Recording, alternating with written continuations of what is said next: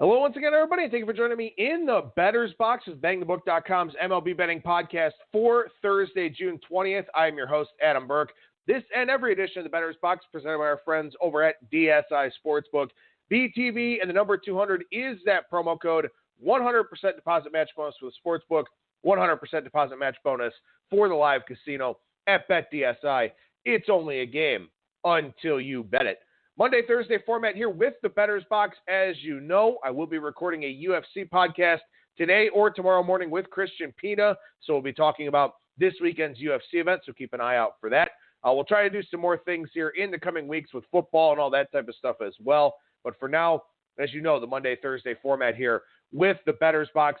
After the weekend, we'll have another Monday mailbag at Skating Tripods on Twitter or Adam at BangTheBook.com via email. If you want to send me questions for that Monday mailbag, also Adam at BangTheBook.com via email to get the notes for the shows here. A lot of numbers, a lot of stats, a lot of different nuggets that I talk about here on the program. So those notes will be good for you, whether you follow along while listening or you just sort of cycle back through those after checking out the latest edition of the show.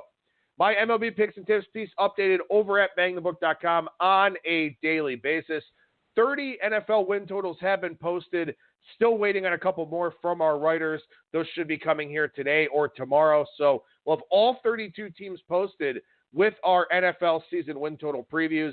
We'll be starting college football here as soon as we can. Of course, those that follow me on Twitter at Skating Tripods saw that we're looking for writers over at BangTheBook.com. So if you're interested, shoot me an email, Adam at BangTheBook.com. If you do send me an email, please provide a writing sample. Hopefully you've been published somewhere. If you haven't, put something together, send it over to me. Again, Adam at BangTheBook.com. Looking primarily for college football, NBA, and college basketball writers at this time. But if you feel like you can put a fresh spin on any of the other sports betting markets that are out there, we'd be happy to hear from you. So we are looking for writers. This will be a paid per article position. So again, Adam at BangTheBook.com via email if you want to throw your hat in the ring for that. All right, so we got the format here, our regular format for the Thursday show. We go beyond the box score, down the lines, couple picks for tonight's action, and then preview of the weekend, 5 series previews coming your way here for this weekend on today's edition of the show. All right, so we take a look here beyond the box score. And how about the Cincinnati Reds? They sweep the Houston Astros here. 3 one-run victories for the Reds in this series, and maybe a little bit of positive regression here for Cincinnati. They are -7 in Pythagorean win-loss record. They are a 34-38 team, but based on Pythagorean win-loss, an alternate standings metric derived from run differential, they should be a 41-31 team. They're outscoring opponents on the year 4.3 to 3.7 per game on average. Only the Rays and the Dodgers allowing fewer runs per game than the Reds. Phenomenal job being done by Derek Johnson. He was the pitching coach last year of the Milwaukee Brewers, this year with the Cincinnati Reds. And it's a testament to what they've done here this season in that Houston had 9 extra base hits in the 3 games of this series in a phenomenal hitter's park. So the Reds pitching staff has just been exceptional. And you know what? They really battled in this series. Luis Castillo walked 6 in game 1, pitched around it, only gave up 2 runs. They wind up prevailing 3-2 in that game. You had, Wade Miley going in that first one there against Castillo. And, look, they didn't scratch out a whole lot of offense, and that's been a problem for the Reds this season, but did draw 4 walks, did knock him out of the game a little bit early on. This is an Astros bullpen where Ryan Presley and Roberto Osuna have thrown a lot of innings here so far this season. So Castillo gives them some length. They do just enough off of Miley in the bullpen. Then in game 2, Anthony DeSclafani was actually better than Justin Verlander. Verlander did strike out 8 more guys, but gave up 3 more home runs. The solo home runs that Verlander has allowed this year, absolutely incredible. Did give up a 2-run shot to Derek Dietrich in the first inning of that game. But, DeSclafani, a guy with significant platoon split issues against left-handed batters, now with a couple of good starts here against the Indians and the Astros. So, maybe Johnson working some of his magic there with him. Then you can't say enough about Tyler Mahle. And, look, Tyler Mahle, another guy, very good against righties, has some platoon split issues. but he goes toe-to-toe with Garrett Cole to give his team a chance in that final game in the series. The bullpen does hold out. They eventually prevail, getting that walk-off win. Incredible performance by the Reds starting pitchers here in this series, and really by the Reds starting pitchers overall this season. And Tanner Roark, the guy going tonight against the Brewers, has been very, very good. Sonny Gray, a career resurgence for him.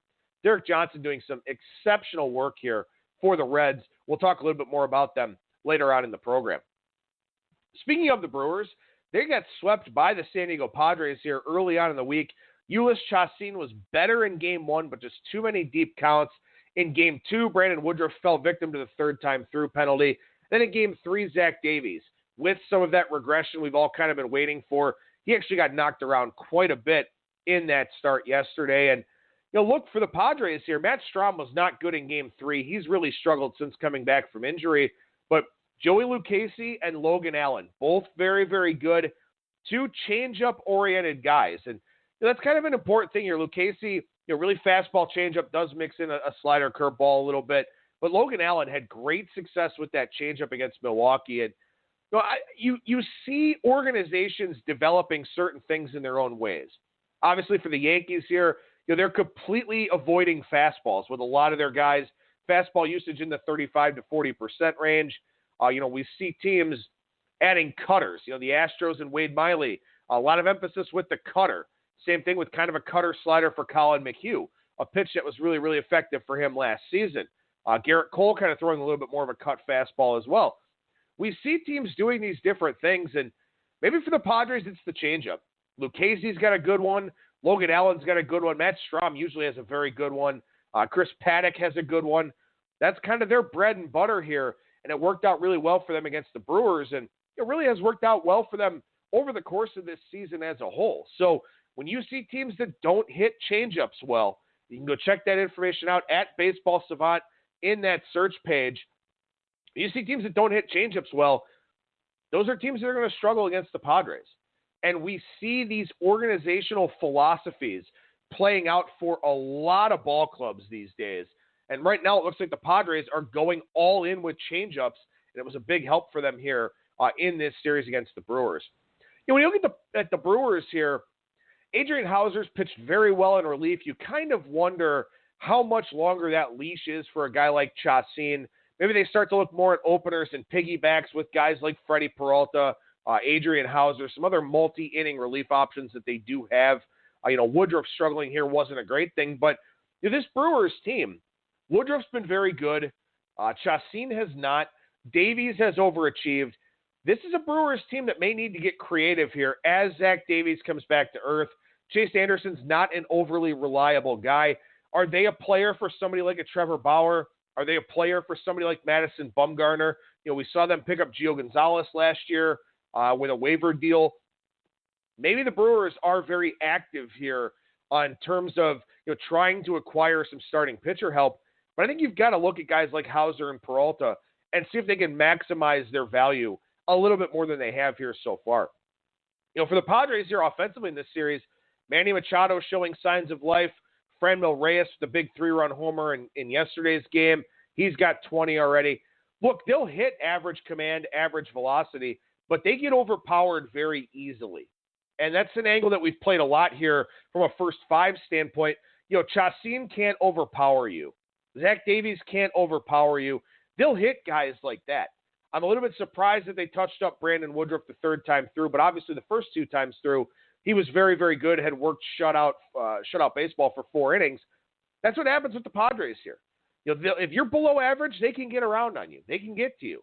If you're above average to elite, they have a lot of problems in those splits. So, the Padres really a very cut and dry team from a handicapping standpoint this season.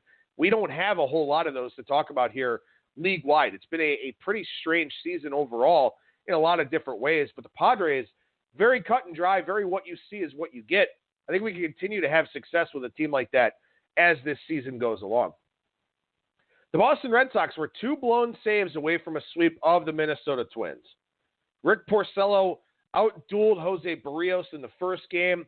2-0 win for the Red Sox there. Brandon Workman and Hector Velasquez both blowing saves in the middle game where David Price left after 5 innings. We'll talk about that in a minute. But then that game winds up going 17 innings. Workman gave up his run in the 8th. Velasquez gave up his run in the 13th. We were on the Red Sox in that game. Obviously could have gone a little bit better for us. But then in Game 3, Eduardo Rodriguez wasn't great, but the offense bailed him out. They bailed us out with 3 runs in the 5th for that first 5 winner.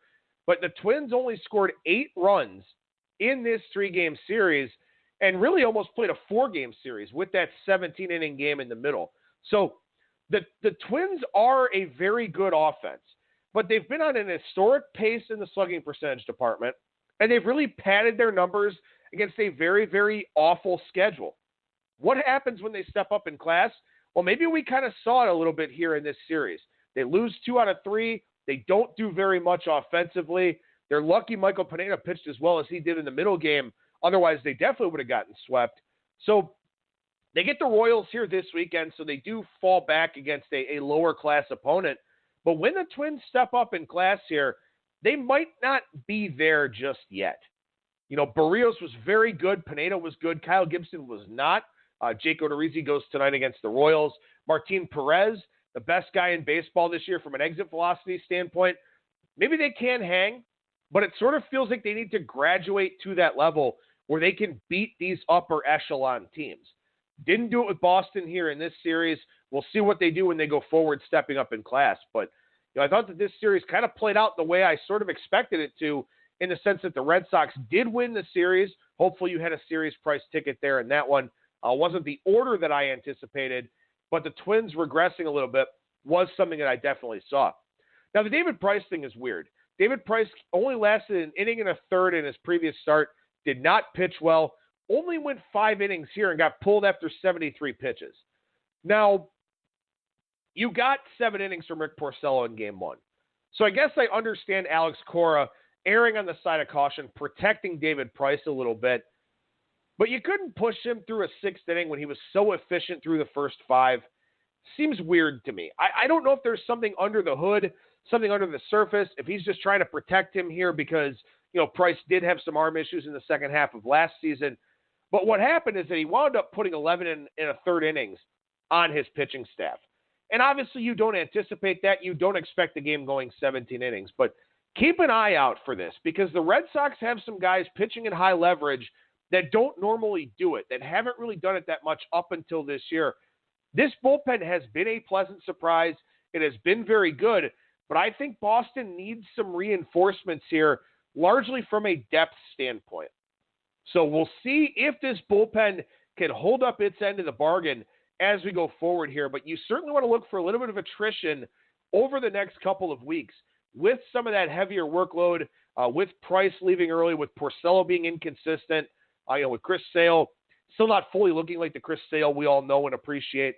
Keep an eye out for that with Boston. Whether you do it from a live betting standpoint, an over standpoint, a team total over against standpoint, something like that, keep an eye out for this bullpen. A lot of guys working a lot in high-stress situations that aren't necessarily used to it.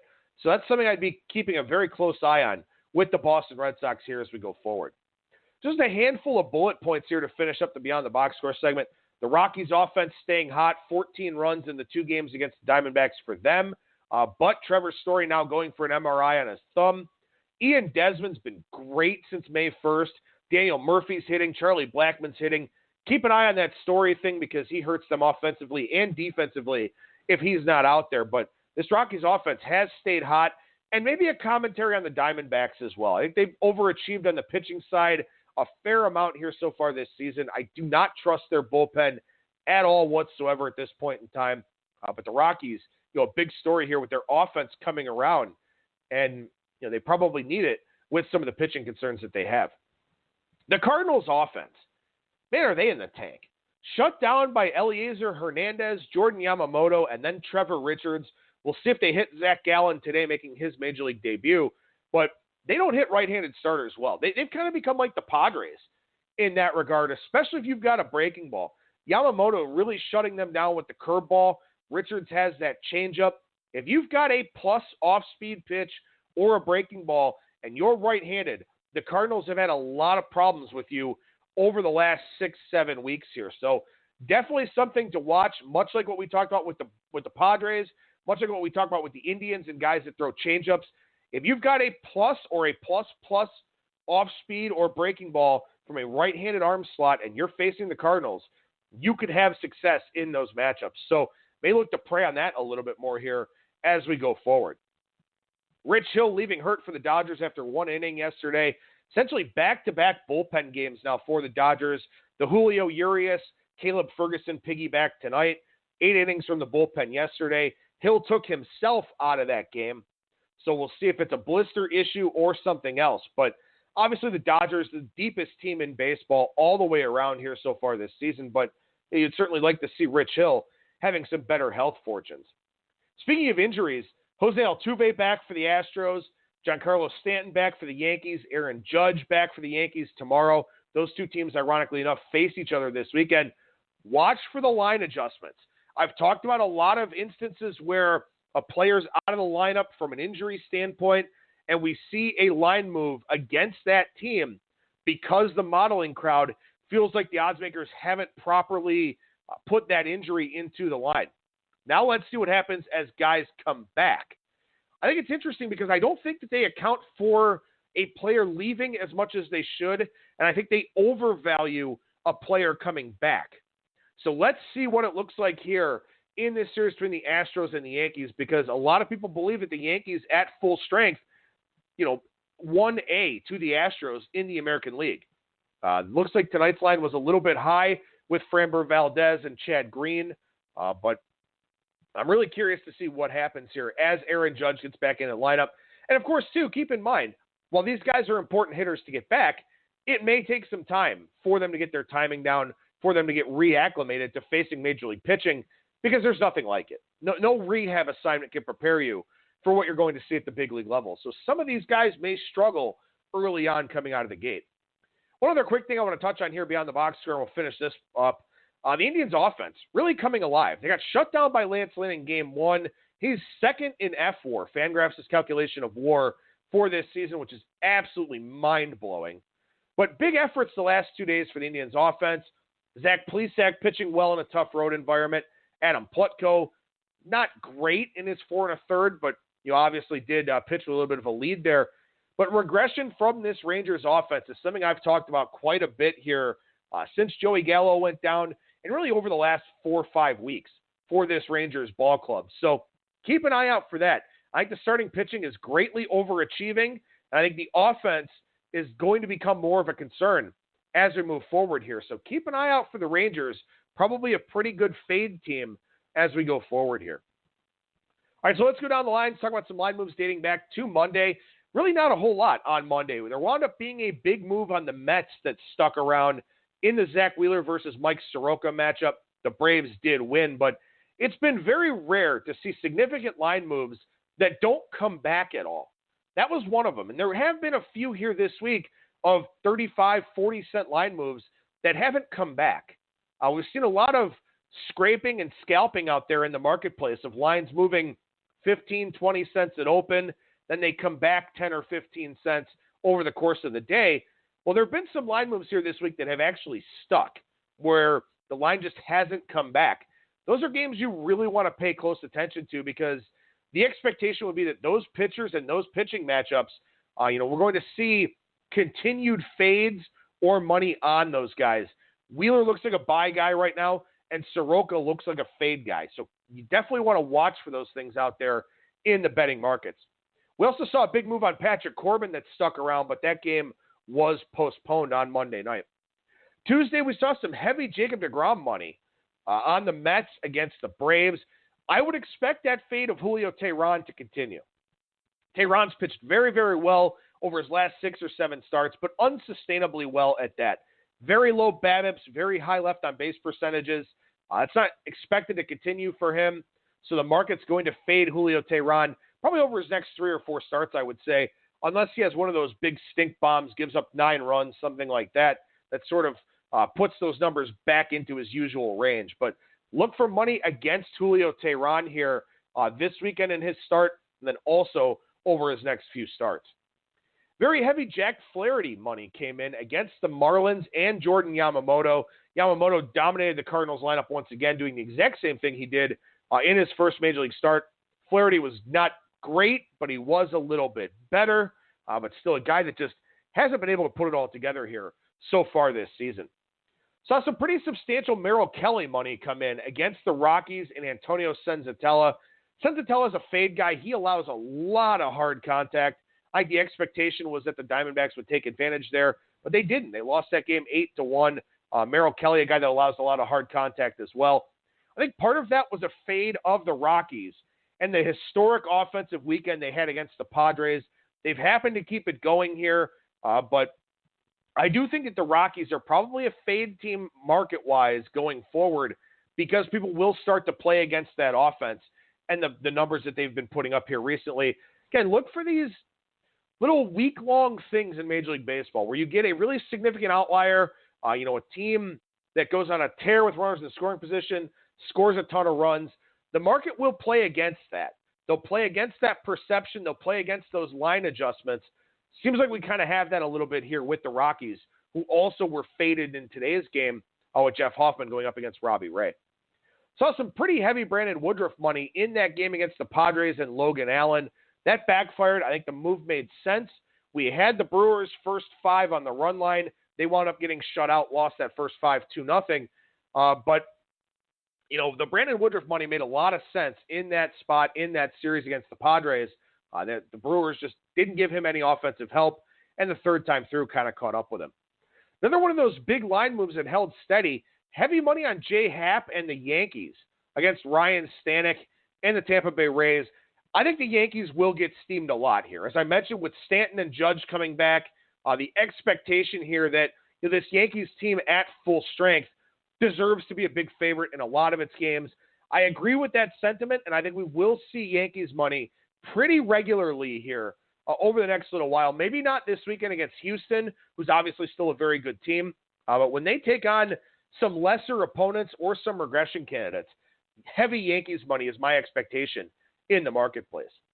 David Price took some pretty big Red Sox money on Tuesday in that start against the Twins. We had the CLV, just not the result. Curious to see what David Price's line action looks like in his next start, because getting pulled after 5 innings is a big red flag. A lot of people were on that game. A lot of people were following that game, saw what happened in that game. Will we see the same love for David Price in his next start? I highly doubt it, but obviously we'll have to see who the opponent is and how things are kind of playing out there. Heavy Yusei Kikuchi money for the Mariners against the Kansas City Royals and Homer Bailey. The Royals are awful against lefties, but did manage to take 2 out of 3 in that series there against the Mariners. So my apologies if you took the series price on Seattle. Probably got some line value there with some of the line moves in that series, but the Mariners only able to salvage Wednesday's game. Very heavy fade of Daniel Norris returned on Tuesday. And, I talked about this with Daniel Norris against the Royals and Danny Duffy, in that we didn't see that move against Norris.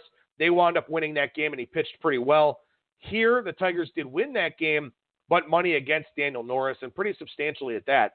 So, again, keep in mind that these guys that get faded all the time, and then all of a sudden there's no line move, or there's a line move on them, those are games that you probably want to pay very close attention to.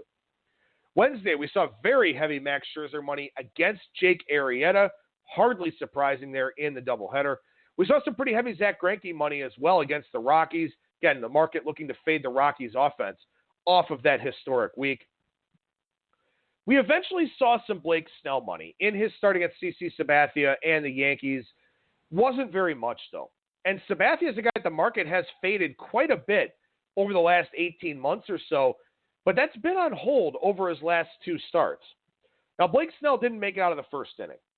And I talked about this in my write-up at bangthebook.com yesterday, that there must be something more to this, because we've seen a lot of Blake Snell money come in over the last little while.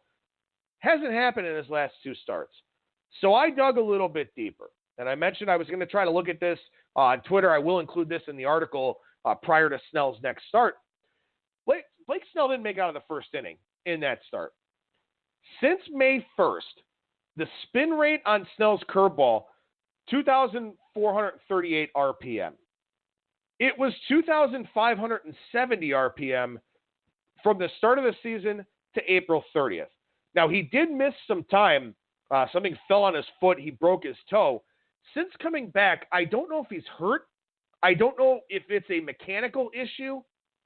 But it's one of those things where, and I've talked about this before, when guys get hurt in April, they do all this work in spring training, all this stuff to build their arms up in the month of April, then they get hurt, kind of throws you off a little bit. But as we look at Blake Snell here, since the start of June, the spin rate on his curveball, 2,333 RPM. So in the first month of the season, it was 2,570. It's 2,333 over his last 97 curveballs. There is something wrong here. And I wrote about this on Monday with regards to Patrick Corbin and the decrease in his spin rates as well. One of the most immediate injury indicators is a drop in spin rate. So maybe this is mechanical for Snell. Maybe there's something that hurts that he's, changed his mechanics to try and throw with as little pain as possible. I think Blake Snell is hurt. I think Patrick Corbin is hurt, despite the good start that he had yesterday. But spin rate is a pretty good indicator of injury. And for Blake Snell, it's down dramatically on his curveball. It's also down on his fastball. 2384 RPM in March and April, 2371 in May, 2314 here in June. Something is wrong with Blake Snell.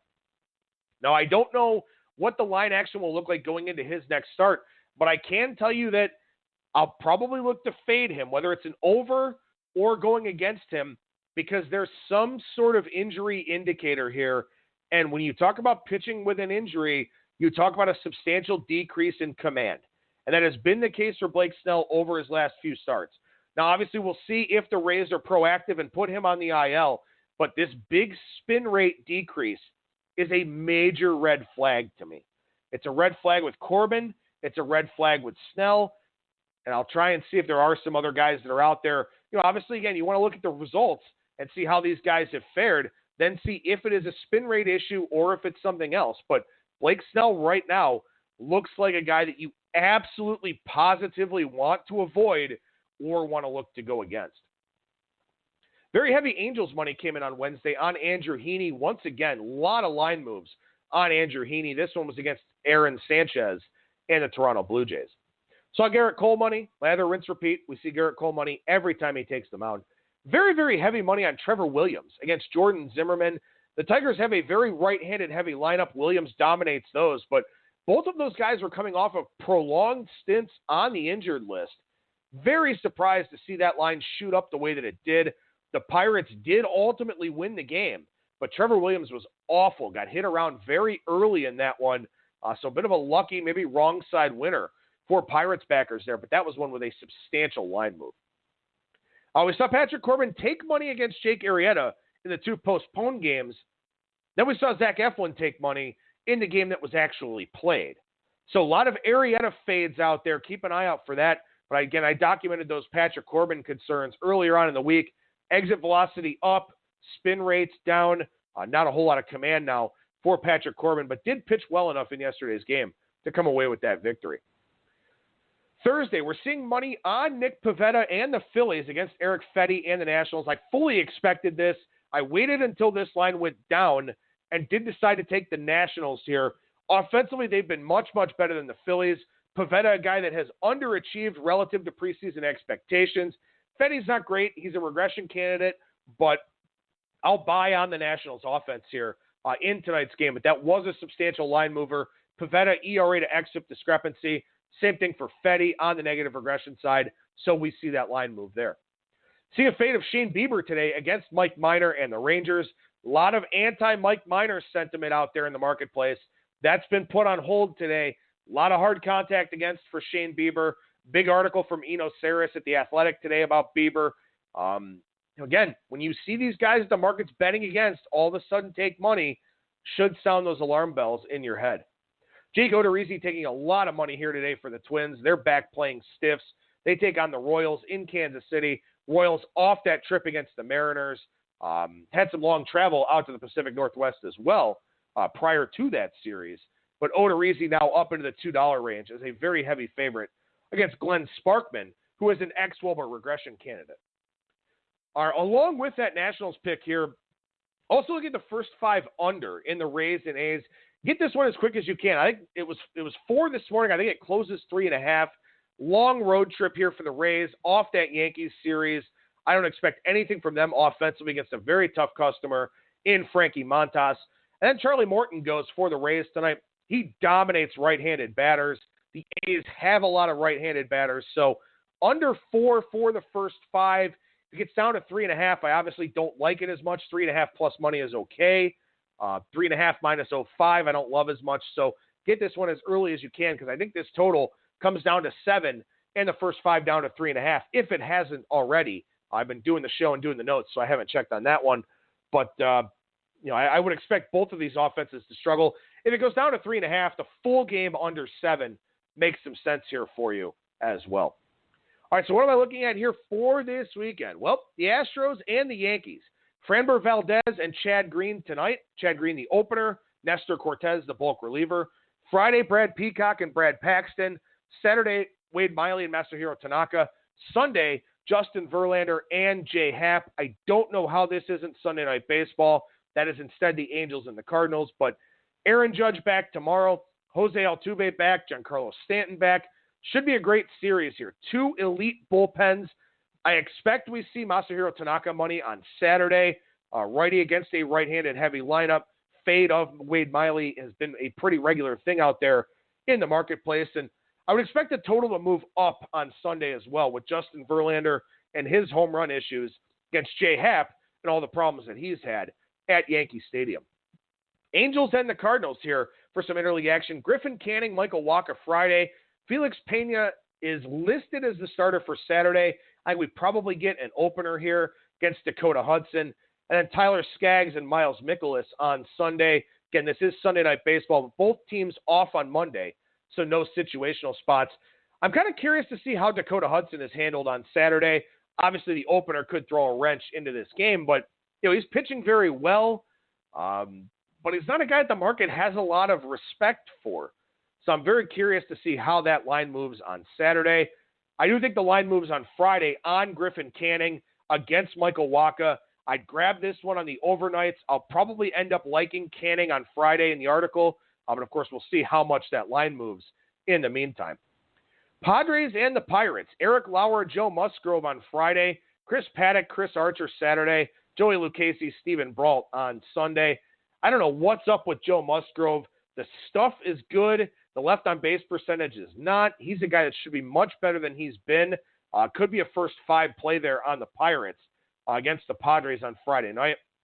Chris Paddock back in the big leagues. The contractual control circumvention by the Padres of, we're going to send him down and limit his innings. No, you're going to send him down and avoid his Super 2 status. So he's back up. I'm sure things have dramatically changed with him. And then Stephen Brault on Sunday. The Padres do get a lefty there in that one. So that may be a good opportunity for them. Reds and Brewers here. Tanner Roark, Jimmy Nelson tonight. Sonny Gray, Chase Anderson tomorrow. Luis Castillo, Ulis Chacin Saturday. Anthony DeSclafani, Brandon Woodruff on Sunday. 4 of the 5 previous meetings between these two teams this season have gone under the total.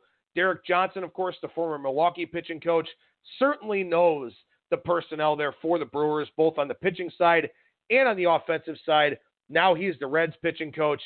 Could be some more unders here in this series, but I do wonder on Saturday if it's a good time to fade Luis Castillo. Had the 6 walks against Houston, pitched around it, been kind of a regression guy throughout the season here. Could be a good spot to play an over on Saturday in that Castillo and Chacin matchup. Finally, one more series to take a look at here. The Braves and the Nationals. You've got Dallas Keuchel in his Braves debut on Friday against Steven Strasburg. Mike Foltynewicz, Anibal Sanchez on Saturday. Sanchez was a Brave last season. Then Sunday, Mike Soroka and Patrick Corbin. Intriguing matchups all around. The Nationals offense swinging it very well. I think the Nationals take money in all 3 games here. They've taken money a lot against lefties. Dallas Keuchel is a lefty. Foltynewicz is a guy that the market doesn't really love. Soroka, we saw that fade of him earlier on in the week here. I think we could see Nationals money in all three of these games. I do like the Nationals a little bit from a serious price standpoint. They are playing pretty well right now. Anibal Sanchez, great from a contact management standpoint. Mike Foltynewicz, not so much. Again, there are some concerns that I have about Patrick Corbin, his spin rates, his potential injury situation, but I do think that the Nationals take money in all three games of this series here, and obviously it's a big series for them now that they're making a push in the National League East. As I mentioned, we'll talk with Christian Pina on tomorrow's edition of Bang the Book Radio about this weekend's UFC event. Bettor's Box returns on Monday. We'll see if we have some additional content for you as I plan out my week for next week. That'll do it for me. Thank you so much for listening, everybody. And remember that you will never strike out when you're in the Bettor's Box.